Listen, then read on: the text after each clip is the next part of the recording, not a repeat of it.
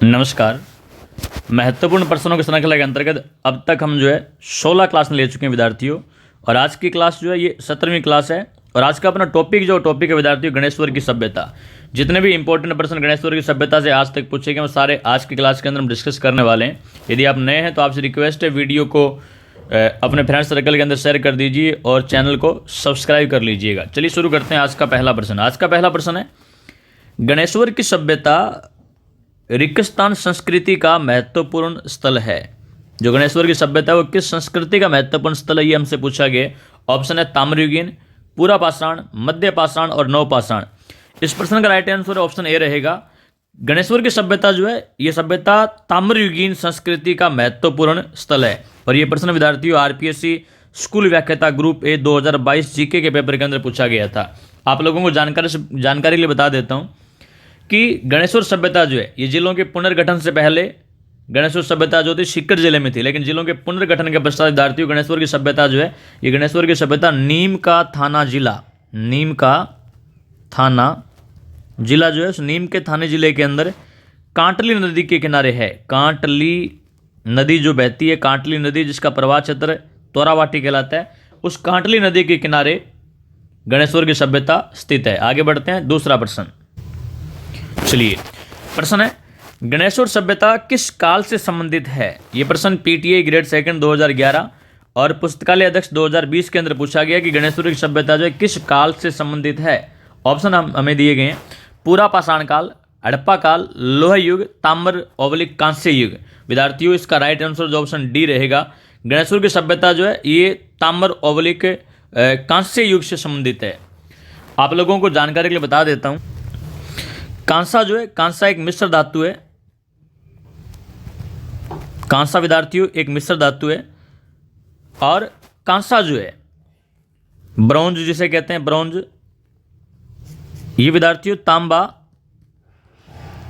और टिन के मिलने से बनती है। तांबा और टिन के मिलने से कांसा बनता है। और गणेश्वर की सभ्यता ताम्र और ओवलिक कांस्य युग से संबंधित है। आगे बढ़ता है, अगला प्रश्न देखिएगा, प्रश्न नंबर 3। निम्न में से राजस्थान में ताम्रयुगीन सभ्यता का प्रारंभिक केंद्र किसे माना जाता है।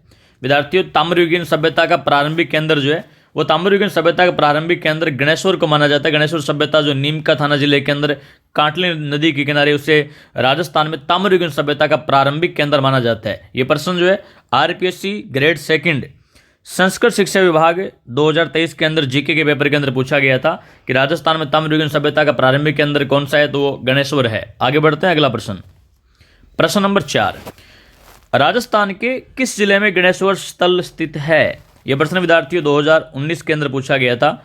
तो मैंने आपको अभी बताया कि जिलों के पुनर्गठन से पहले गणेश्वर की सभ्यता ये गणेश्वर की सभ्यता जिलों के पुनर्गठन से पहले सीकर जिले के अंदर थी, लेकिन जिलों के पुनर्गठन के पश्चात विद्यार्थियों वर्तमान में ये नीम का थाना जिले के अंदर है। यदि ऑप्शन के हिसाब से इसका आंसर देखें तो ऑप्शन डी इसका राइट आंसर रहेगा। प्रश्न नंबर 4 का गणेश्वर की सभ्यता सीकर जिला आएगा इसका। चलिए आगे बढ़ते हैं, अगला प्रश्न देखिए, प्रश्न नंबर 5।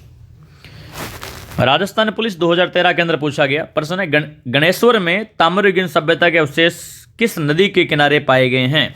तो अभी पीछे के प्रश्न के अंदर हम अच्छे से डिस्कस करके विद्यार्थियों की गणेश्वर की सभ्यता वर्तमान में नीम का थाना जिले के अंदर कांटली या इसे कह दीजिए कांतली मौसमी नदी के किनारे स्थित है। ऑप्शन सी इस प्रश्न का राइट आंसर रहेगा विद्यार्थियों। आगे बढ़ते हैं, अगला प्रश्न देखिए, प्रश्न नंबर 6। सहायक कृषि अधिकारी 2018 के अंदर पूछा गया सेम प्रश्न है, गणेश्वर सभ्यता का संबंध किस नदी से है। विद्यार्थियों गणेश्वर सभ्यता का संबंध वो कांटली या कांतली नदी से है। ऑप्शन ए इस प्रश्न का राइट आंसर रहेगा। आगे बढ़ते हैं, अगला प्रश्न देखिए, प्रश्न नंबर 7। प्राचीन गणेश्वर सभ्यता के अवशेष प्राप्त हुए हैं। प्राचीन गणेश्वर सभ्यता के अवशेष प्राप्त हुए हैं। राइट आंसर ऑप्शन बी रहेगा, नीम का थाना के अंदर इसके अवशेष प्राप्त हुए हैं। चलिए आज का लास्ट प्रश्न देखिएगा, मछली पकड़ने के लिए कांटे का प्रयोग किस सभ्यता में हुआ। विद्यार्थियों मछली पकड़ने के लिए कांटे का प्रयोग ये गणेश्वर सभ्यता में हुआ है। इस प्रश्न का राइट आंसर ऑप्शन ए रहेगा। यदि हम यहाँ गणेश्वर सभ्यता से प्राप्त प्रमुख जानकारियों की बात करें, क्या क्या मिला यहाँ से, तो पत्थर का बांध मिला है। ध्यान से सुनना विद्यार्थियों, गणेश्वर से विद्यार्थियों पत्थर का बांध मिला है। पत्थर का बांध मिला है, पत्थर के भवन मिले हैं, पत्थर के भवन मिले हैं। ईंटों का नहीं होना, यहाँ पर ईंटों के प्रमाण नहीं मिले। और विद्यार्थियों 400 से अधिक पत्थर के बाणागर मिले हैं, पत्थर के बाणागर मिले हैं। ताम्र वस्तुएं बनाने का कारखाना मिला है। ताम्र वस्तुएं जो है, ताम्र वस्तुएं बनाने का कारखाना मिला है। ताम्र वस्तुएं बनाने का कारखाना मिला है विद्यार्थियों।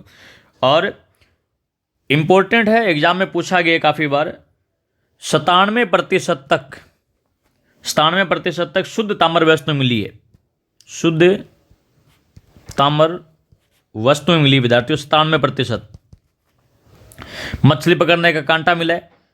मांसाहार के प्रमाण मिले विद्यार्थियों, मांसाहार के प्रमाण मिले हैं। चलिए, और विद्यार्थियों यदि मर्दभांडों की बात करें, एक एग्जाम में भी हाल ही में यह भी पूछा गया मर्दभांड कौन से मिले, यहां से तो कपिश वर्णी मर्दभांड मिले हैं। कपिश वर्णी मर्दभांड जो है ये यहां से मिले विद्यार्थियों। आज के लिए विद्यार्थियों इतना ही। कल एक नए टॉपिक के साथ हम मिलते हैं। प्रमुख शासक, कल का अपना टॉपिक रहेगा प्रमुख शासक। तो प्रमुख शासकों के अंदर मैं आप लोगों को बता देता हूं विद्यार्थियों, सबसे पहले जिस प्रमुख शासक के बारे में हम बात करेंगे वो रहेगा मारवाड़ का राव चंद्रसेन। मारवाड़ के राव चंद्रसेन को आप अच्छे से पढ़ करके आइए। कल की क्लास में हम लोग डिस्कस इंपॉर्टेंट पर्सन चंद्रसेन से जो पूछे गए वो डिस्कस करेंगे। चलिए मिलते हैं अगली क्लास में, तब तक के लिए जय हिंद, जय भारत, धन्यवाद।